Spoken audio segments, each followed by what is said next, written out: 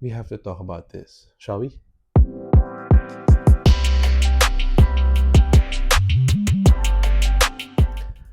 Yes, I know I'm super late with this model, but I've been ignoring it ever since. I didn't even bother holding it, trying it on, but now it's part of my collection.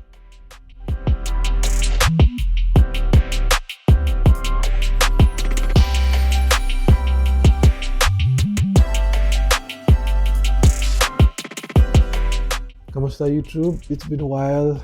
I'm happy to be back. I've been very busy. I've been doing projects, been working. Now I'm free and I'm happy to be back. And welcome to my sneaker stories. But let me ask you a question.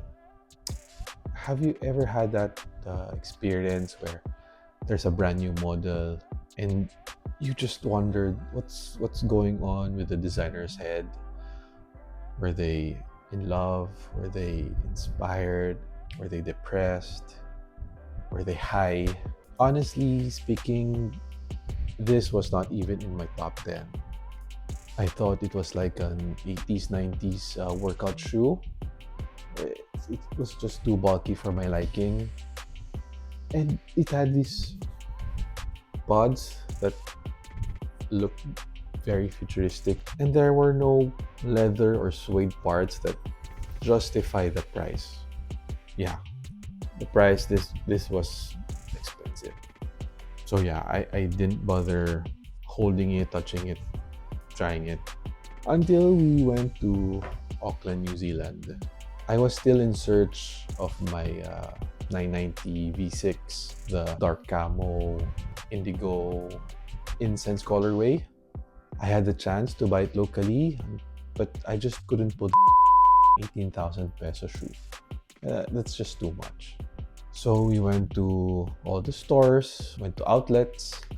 They were not available anymore. So I decided right there, let's just try something new, something different, maybe something interesting, not from my usual likes. Lo and behold, I saw the Abzorb 2010, the Year of the Horse colorway, this one. But that's a different vlog. So please stay tuned for that. Aside from the 2010, I saw this. This was the best colorway in the outlet. There were all black, there were all white, there were weird combinations. So this was the best one. So I sat down, looked at it, tried it on. Instantly, it changed my mind. I never thought it was that comfy. So when I tried it on, it was like perfect for my feet. So lesson learned, be open. Be open to new models. Well, except for the 1960s. No, let's not talk about it. No. Since I saw it in the outlet, this was fairly priced at 160 New Zealand dollars, around 5,500 pesos. Locally here in the Philippines, it's around 9 to 10,000 pesos. But I still didn't buy it. I was hesitant because I was locked in buying the 990 V6. I was still hopeful, so I ended up buying the 2010 instead.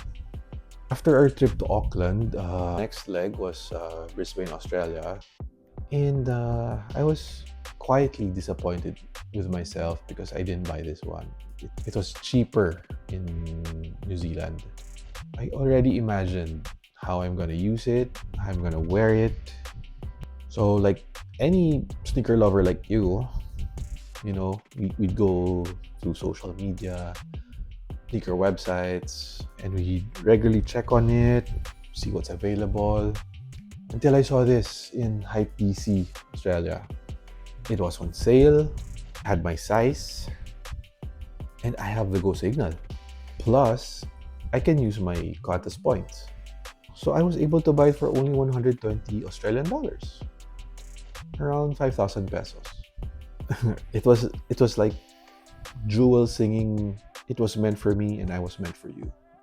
kind of moment. How's that for a sneaker story?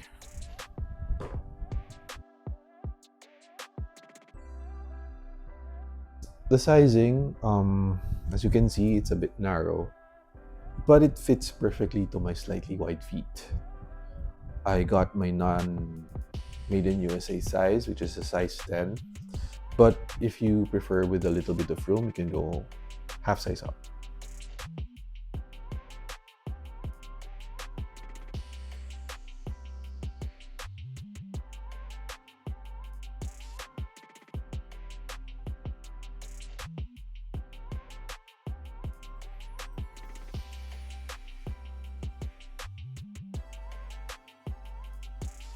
So there you have it.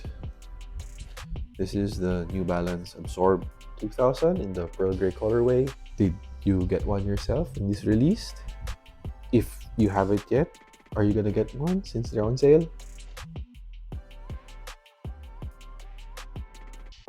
And if you like my sneaker story, please hit the like button. Subscribe if you like sneaker content like this where you can easily relate to. And thanks for watching, and I'll see you on the next.